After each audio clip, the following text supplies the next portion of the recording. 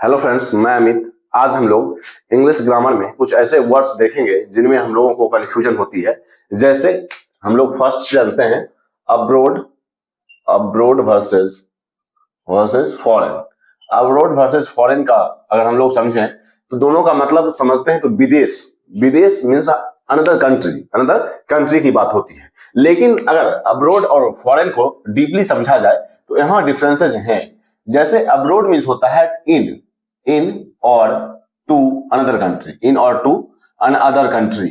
और अगर इसका हम लोग पार्ट्स ऑफ स्पीच समझें तो अब्रोड एडवर्ब है, अब्रोड एडवर्ब है जो कि वर्ब को मॉडिफाई करेगा, जो कि वर्ब को मॉडिफाई करता है।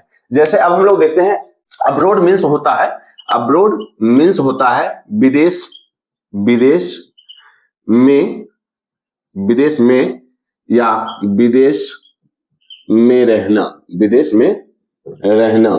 अब हम लोग देखेंगे इनके एग्जांपल से अब्रोड, पहले अब्रोड हम लोग कहां कहां यूज करते हैं। और एक चीज हम लोग जानते हैं कि अब्रोड में इन और टू का यूज नहीं करते हैं। क्यों?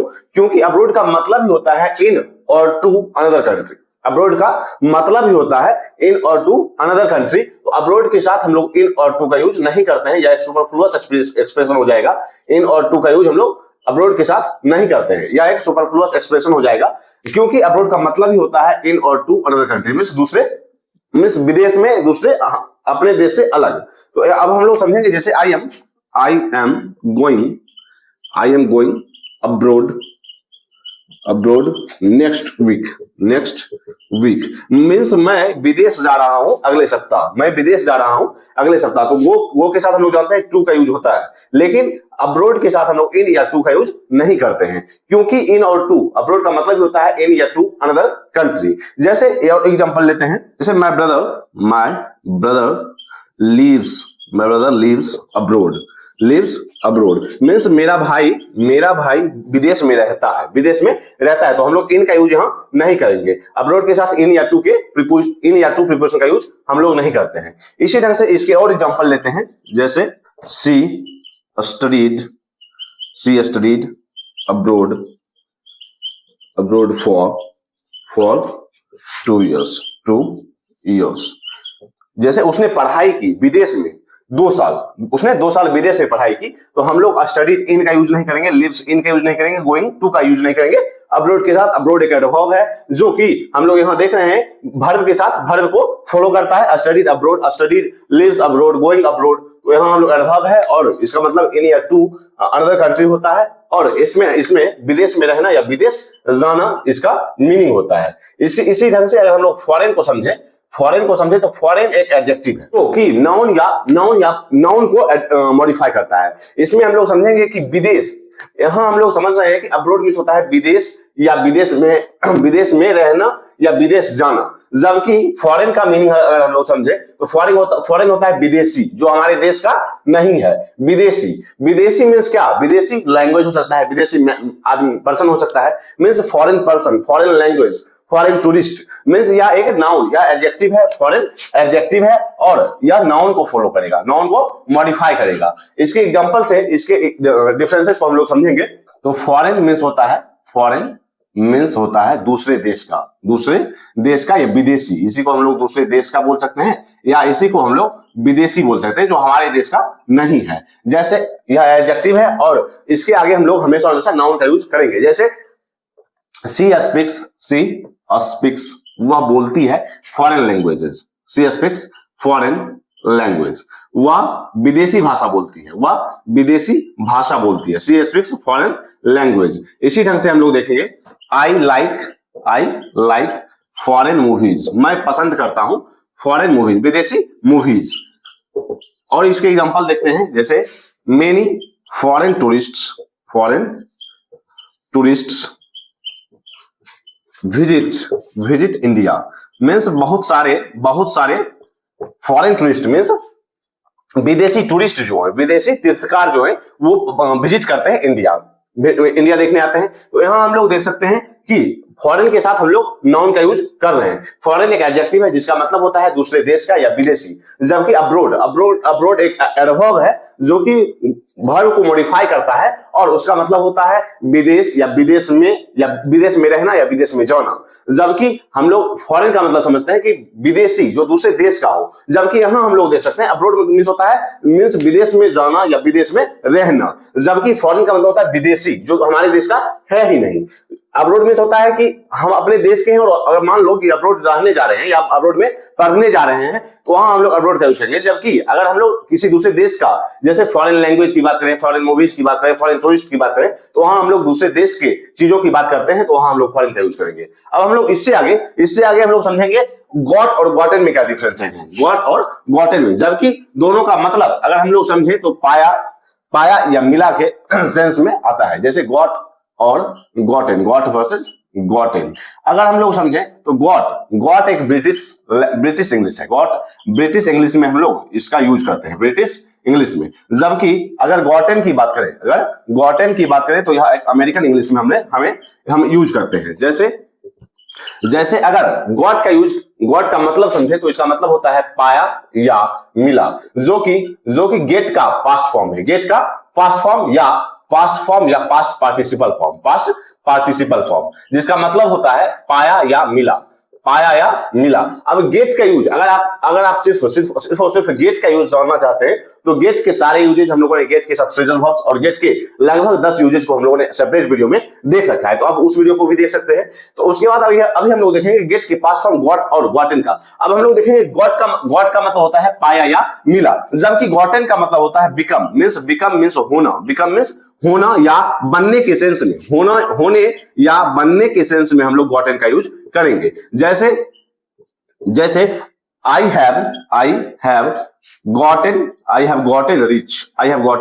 rich मीन्स मैं अमीर हो गया हूं, मीन्स बनने या होने के सेंस में हम लोग गॉटन का यूज करते हैं।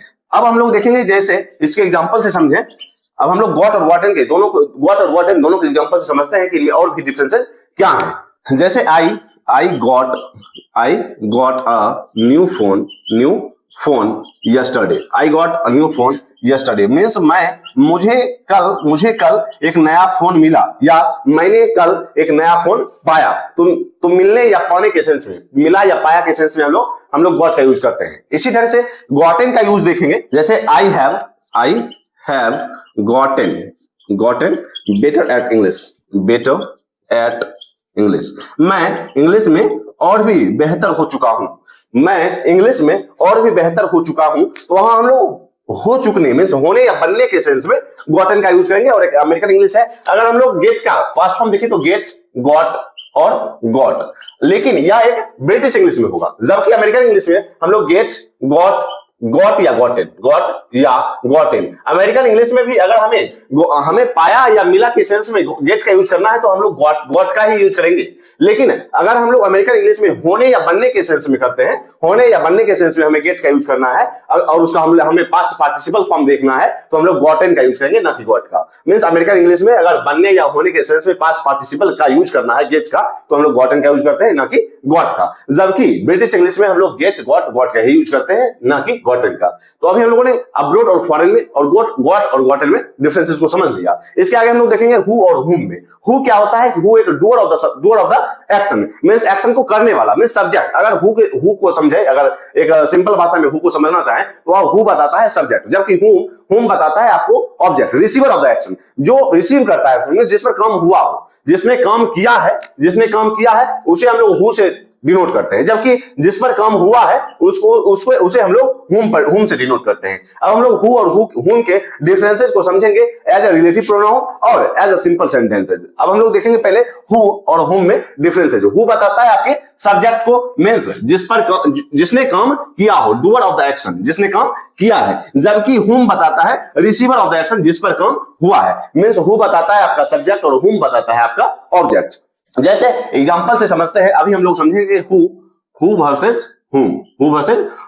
हु बताता है आपका, हु बताता है doer of the action, doer of the action means आपके जो जिसने काम किया है, जबकि हुम बताता है whom बताता है आपका receiver of the action, means जिस पर काम हुआ है, जिस पर काम हुआ है। इसके एग्जांपल से हम लोग इसमें डिफरेंसेस समझेंगे। जैसे he called मी, तो यहां हम लोग अगर he called रवि अगर हम लोग इसमें एग्जांपल लें, he called रवि, तो इसमें अगर हम लोग हु को यूज करके इसमें क्वेश्चन पूछा जाता है, अगर पूछे तो हु कॉल्ड रवि, तो यहां हम लोग देख रहे हैं कि हु क्या आंसर दे रहा है, ही, हु कॉल्ड रवि, किसने रवि को कॉल किया, हु कॉल्ड रवि, तो किसने रवि को कॉल किया, तो यहां सब्जेक्ट हु क्या दिखा रहा है आपको, सब्जेक्ट दिखा रहा है आपको, मींस आपको हु से आपका सब्जेक्ट मिल रहा है, लेकिन इसी से हम लोग अगर दूसरे एग्जांपल से लेते हैं कि जैसे he called रवि, तो दो सेंटेंसेस दोनों सेम है, लेकिन whom से हम किस ढंग से क्वेश्चन पूछ सकते हैं। जैसे he called whom,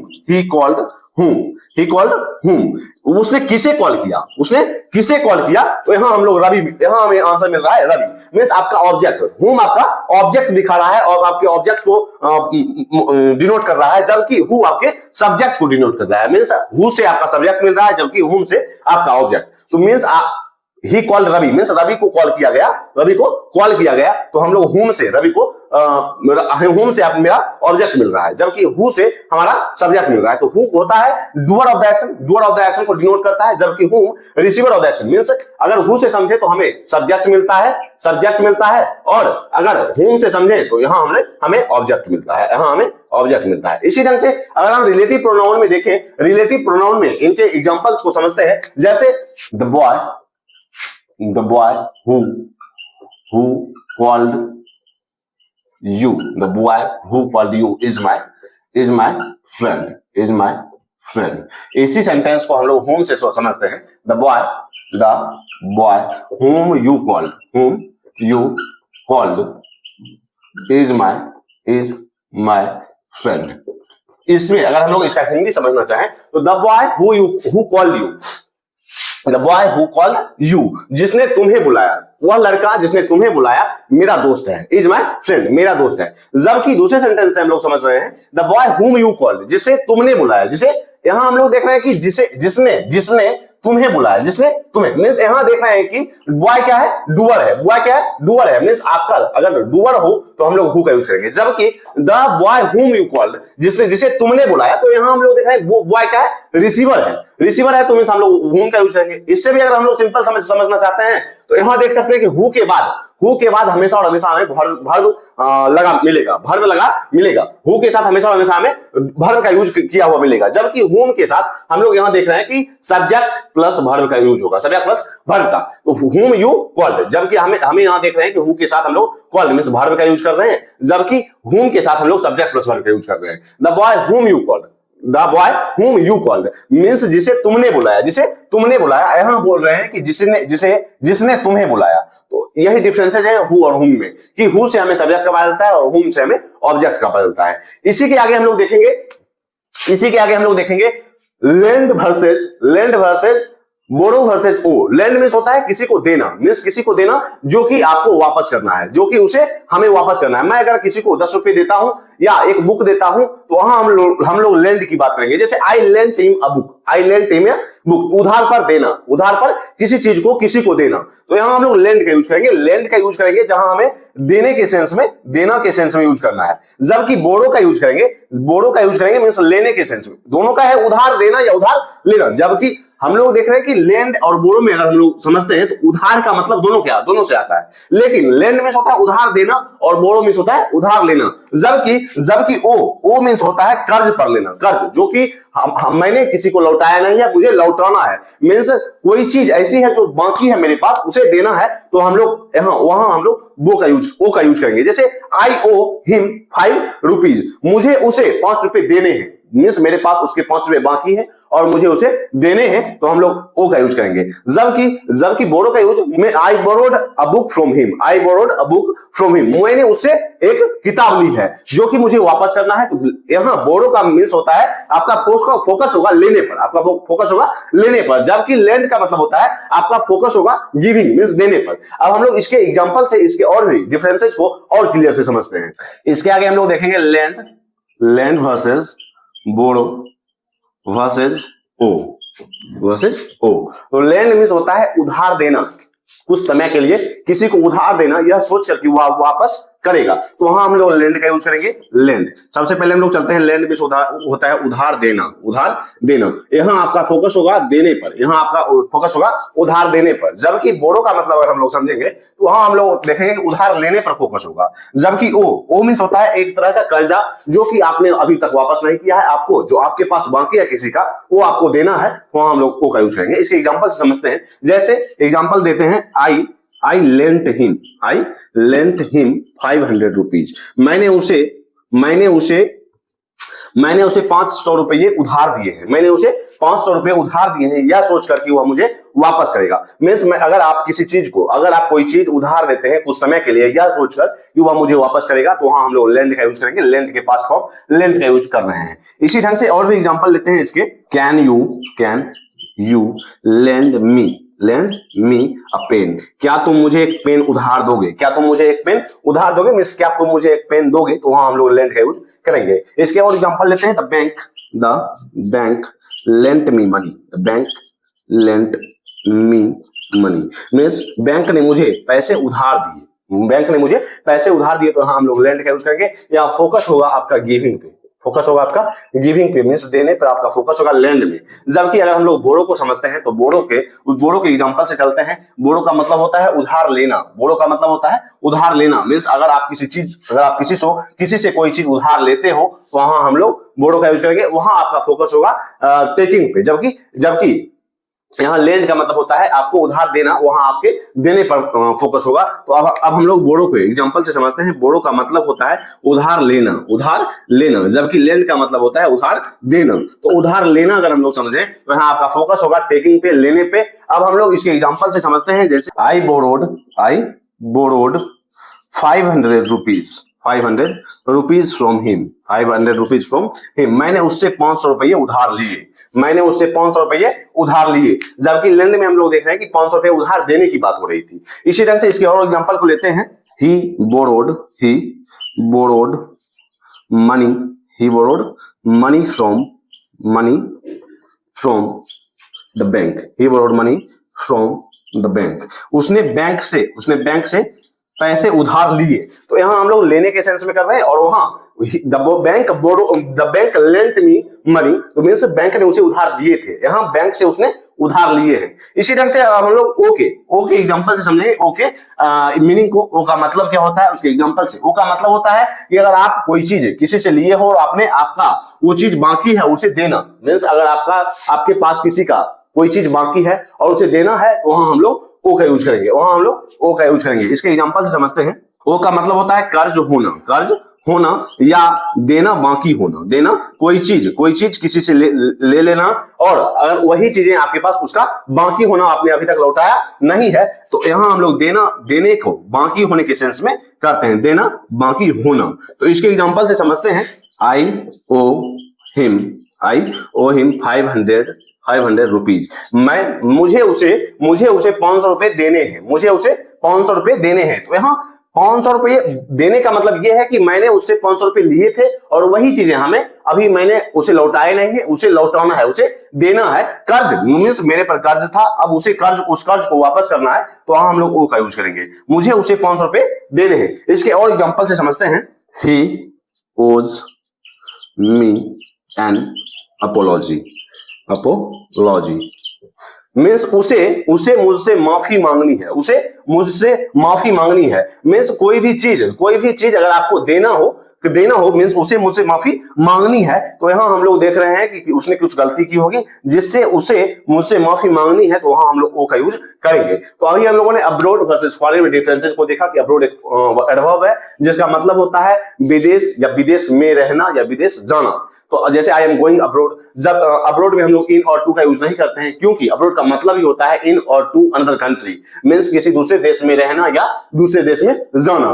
जबकि फॉरेन का मतलब होता है, फॉरेन का एडजेक्टिव है, फॉरेन का मतलब होता है विदेशी, तो फॉरेन एडजेक्टिव होता है, यह नाउन को मॉडिफाई करता है। फॉरेन के साथ हम लोग लैंग्वेज, टूरिस्ट, ये सारी चीजें यूज करते हैं। इसी ढंग से हम लोग गॉट वर्सेस गॉटन में देखा कि गॉट का यूज हम लोग ब्रिटिश इंग्लिश में यूज करते हैं गेट का पास्ट फॉर्म के रूप में, जबकि गॉटन का यूज करते हैं अमेरिकन इंग्लिश में गॉट के पास्ट पार्टिसिपल के फॉर्म में। गॉटन का मतलब होता है बिकम, मींस होना या बनने के सेंस में हम लोग अमेरिकन इंग्लिश में गॉटन का यूज करते हैं, जबकि अमेरिकन इंग्लिश में भी अगर हमें पाना या मिलने के सेंस में गेट का यूज करना है तो हम लोग गॉट का यूज करेंगे, ना कि गॉटन का। बनने या होने के सेंस में हम लोग अमेरिकन इंग्लिश में पास्ट पार्टिसिपल में गॉटन का यूज करेंगे। जबकि अब हम लोग देखेंगे फिर हु और वर्सेस हुम में हम लोगों ने देखा कि हु आपके डूअर मींस सब्जेक्ट को बताता है और हुम आपके रिसीवर मींस ऑब्जेक्ट को बताता है। इसी ढंग से हम लोगों ने लेंड, बोरो और ओ के डिफरेंसेस को समझा। तो आज तक के लिए इतना ही, मिलते हैं कल। अगर आपने इंग्लिश ग्रामर विद अमित को सब्सक्राइब नहीं किया है तो आप जरूर सब्सक्राइब करें, इससे भी इंपॉर्टेंट टॉपिक आपके साथ शेयर की जाएंगे। तब तक के लिए बाय।